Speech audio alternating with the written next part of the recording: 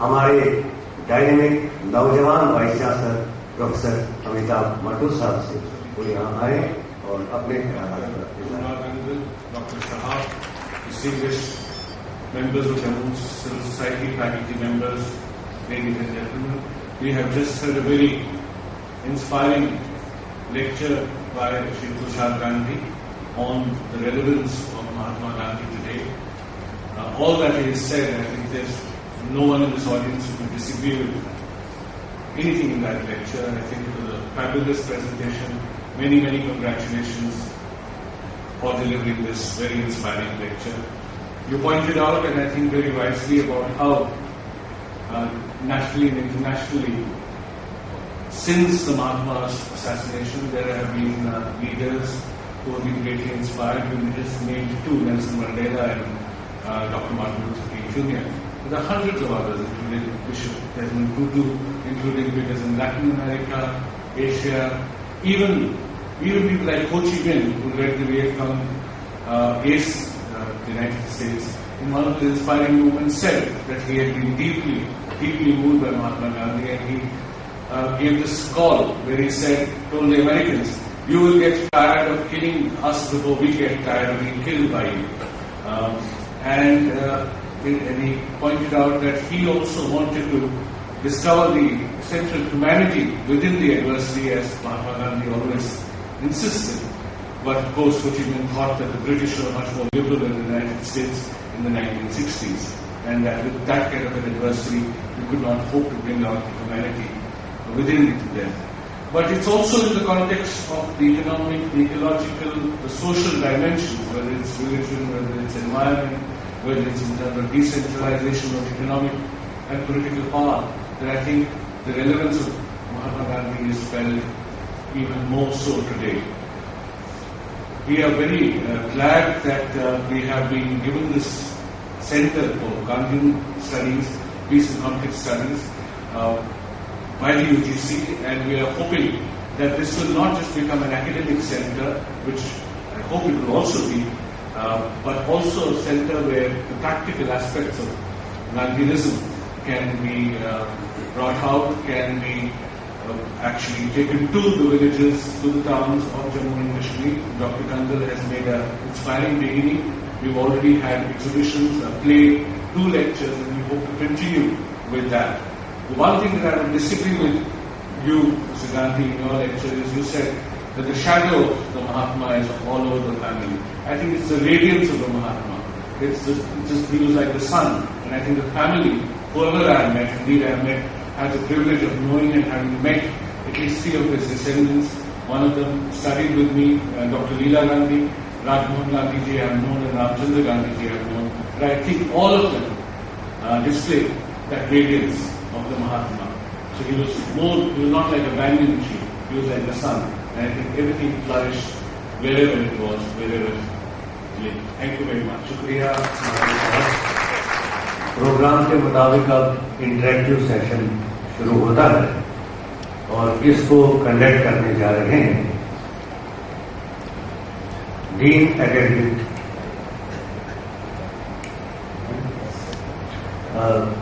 आपने मोहतरम तुषार गांधी साहब का लेक्चर सुना। यकीनन बहुत सारे लोगों को इख्तिलाफात हो सकते हैं, बहुत सारे लोगों के जहनों में कुछ और जानने की ख्वाहिश पैदा हुई होगी।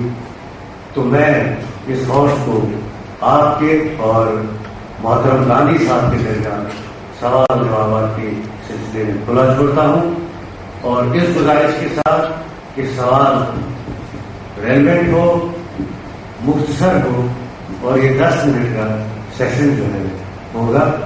उसके बाद में प्रोफेसर केशव शर्मा को वोट ऑफ थैंक्स के लिए दावत देता हूं। On behalf of the University of Jammu, we thank Shri Tushar Gandhi for delivering a very important lesson. This session, a type of, you can say, a seminar also, to coordinate and invite the reactions to his lecture. I would love that the students, the scholars, they should also come forward. But we should be very brief because we have to keep in mind the time also. He has thrown light on many relevant issues which are very relevant in the present days. So let us start with the discussion and any question in your mind. 4 or 5 students, but the question should be very brief and few other dignitaries. Yes, ma'am.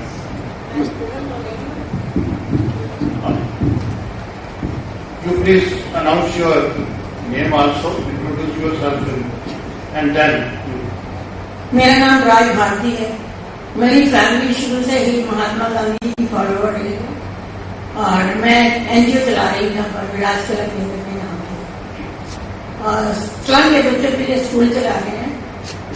यही मेरा परिचय है। मैं ये जानना चाहती हूँ कि महात्मा गांधी जी ने आजादी के बाद राष्ट्रभाषा के लिए कुछ कहा था, हम उसको लागू करने में कितने कामयाब हुए हैं और उसका इस्तेमाल स्कूल में पढ़ा हूँ, लेकिन मेरे में वो तमन्ना हमेशा रही है कि मैं जो भी भाषा बोलूँ वो जिस हद तक शुद्ध बोल सकूँ बोलूँ। और मुझे लगता है वो मेरे अंदर आया है क्योंकि मैं एक पराई भाषा में नहीं सीखा।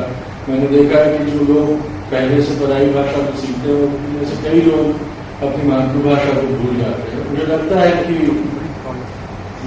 हमारी राष्ट्रभाषा एक होनी चाहिए और वो सब के लिए एक यूनिफॉर्म भाषा बननी चाहिए, लेकिन उसके साथ साथ हमको ये भी एक याद रखना पड़ेगा कि हम एक बहुत बड़े मुल्क के बाशिंदे हैं और इसमें कई भाषाएं बोली जाती हैं और अगर उनमें से कोई एक भाषा पूरे मुल्क पर ला दी जाए तो दूसरी भाषाओं के लोगों को शायद इससे एतराज होता है। हमने देखा है कि बहुत एतराज है दक्षिण में उसके बारे में। तो इसके चलते पराई परदेसी भाषा शायद सबको एक्सेप्ट हो गई और रास आई, पर मैं ये समझता हूँ कि उसके साथ साथ मातृभाषा पे हमें जोर देना बहुत ही जरूरी है और वो होना चाहिए। परसों ही एक जगह पे मैंने देखा था एक माँ उसके बच्चे को बोल रही थी, वो हिंदी में अपनी माँ से बात कर रहा था और माँ ने कहा कि नहीं अंग्रेजी में बोलो और वो उससे बिल्कुल बात करने को तैयार नहीं हुई जब तक उसने अंग्रेजी में बात नहीं की। तो मुझे लगता है कि माँ और बच्चे के बीच में पराई भाषा नहीं है। As far as your lecture is concerned, it has been quite comprehensive and significant. But sir, I am somewhere doubtful about your being a true Gandhian in the sense that when you emphasized the role of revolutionaries, the radicals in the freedom movement of India. So, in case of Gandhiji, he would have never given emphasis to revolutionaries because to him, non-violence was to be practiced in word, thought and action. So, how would you justify? I would like to beg to disagree with you because Bapu, although he called them misguided youths, but he always said that what they did was very great, and he said that if he had 10 Bhagat Singhs working with him, his task of the freedom movement would be that much simpler.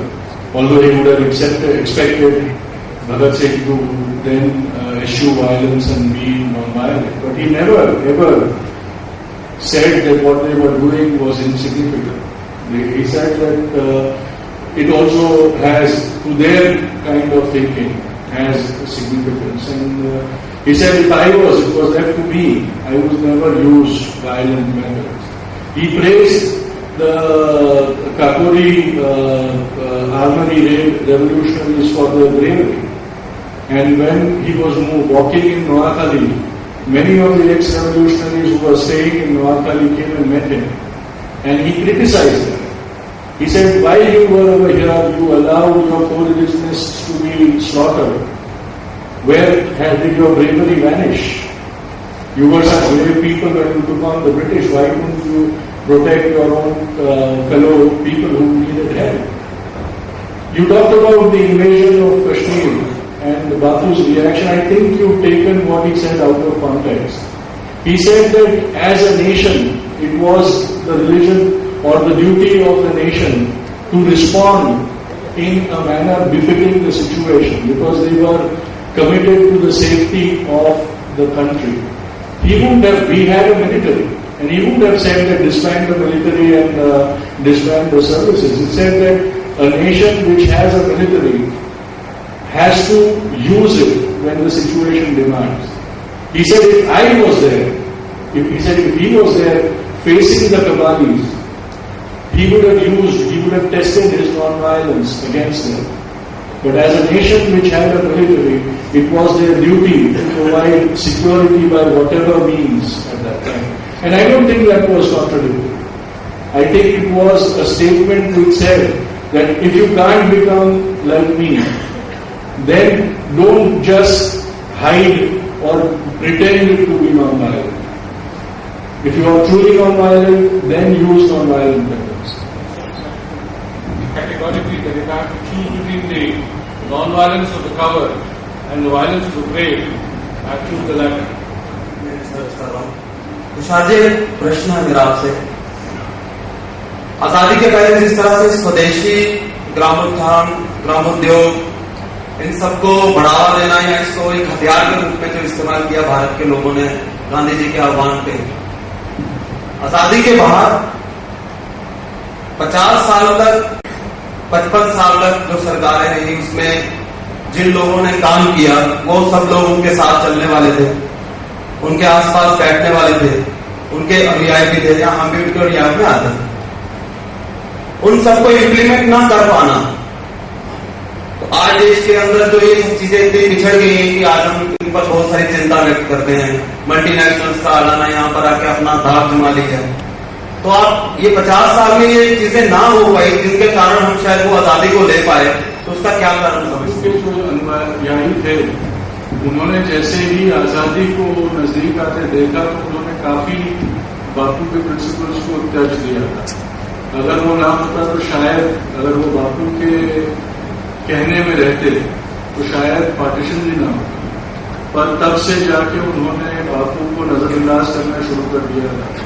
बापू और पंडित जी के बीच में बहुत पत्र व्यवहार हुए आजादी के बाद, जब ये देखा गया कि पंडित जी वॉज इन भारी टू इंडस्ट्रियलाइज, और वो पत्र व्यवहार है जिसमें बापू ने ये कहा है। और एक बहुत अहम बात बापू ने की थी, जब हमारे राष्ट्रध्वज में से चरखे को हटा के सिर्फ अशोक चक्र को रखा गया था, तो बापू ने कहा कि अब चरखा खत्म हो गया और लोगों को चरखे में आस्था खत्म हो गई। मुझे लगता है हमें दोनों की जरूरत थी।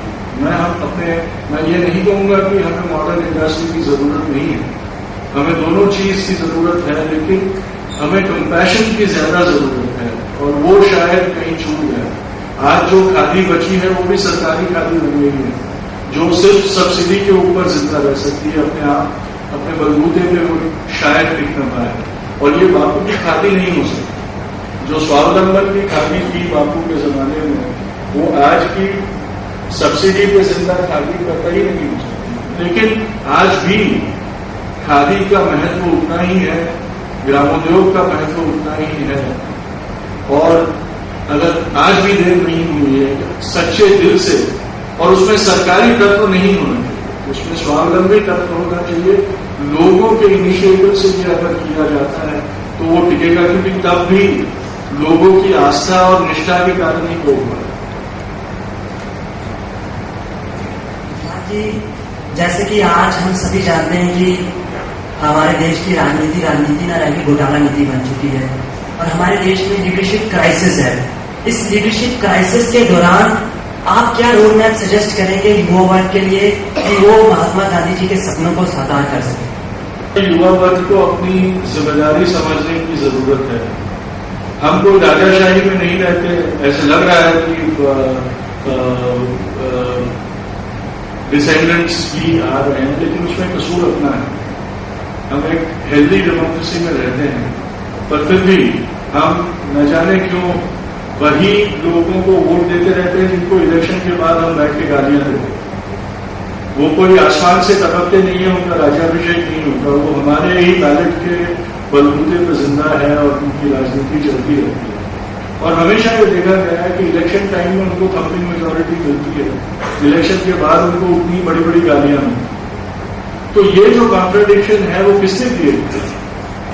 कहीं जाके इसे हम एलीट एजुकेटेड वर्ग बोलते हैं, उसका भी दोष है, क्योंकि उन्होंने अपने आप को पॉलिटिकल स्पेक्ट्रम से हटा लिया। अगर आप 40-50 साल पहले तक अपनी पार्लियामेंट और लोकल बॉडीज देखे तो उनमें ऐसे ऐसे दिग्गज बैठते थे, इवन म्यूनिसिपल बॉडीज में ऐसे ऐसे दिग्गज बैठते थे जैसे आज पार्लियामेंट में नहीं है। आज आपको पार्लियामेंट में वो लोग दिखते हैं जिनको उनके स्टेट में फरार घोषित किया था।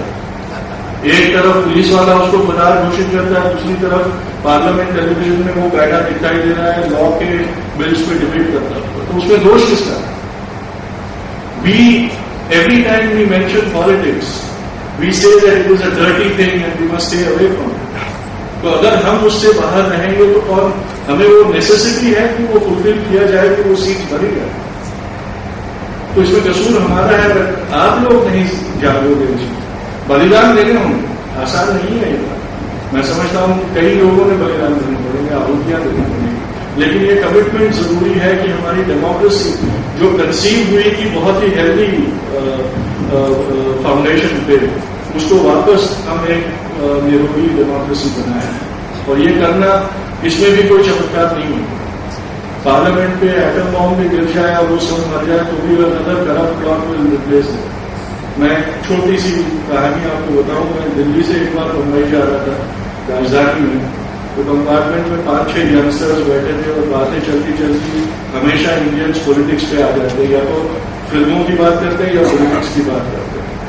तो वो बातों में वो एक नौजवान था, वो कपड़े का व्यापारी था, और वो कह रहा था वो कितना होशियार है, क्योंकि उसकी दुकान में जो आमदनी होती थी वो एक थैले में भर के वो बैंक में भेज दिया करता था, और उसके साथ एक लिफाफा भेजता था बाबू के लिए, ताकि वो लिफाफे का पैसा वो जेब में डाल दे और वो जो थैले में पैसे भेजे थे उनको गिन के उस बिजनेसमैन के अकाउंट में डिपॉजिट कर।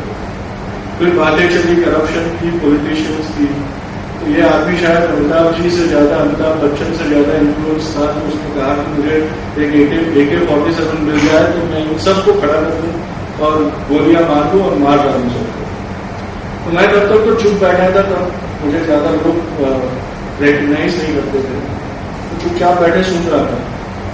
तो जब ये बात खत्म हुई तो मैंने कहा कि यार तुम उनको मार डालो, उसके बाद मैं तेरी बंदूक लेके तुझे मार डालूंगा।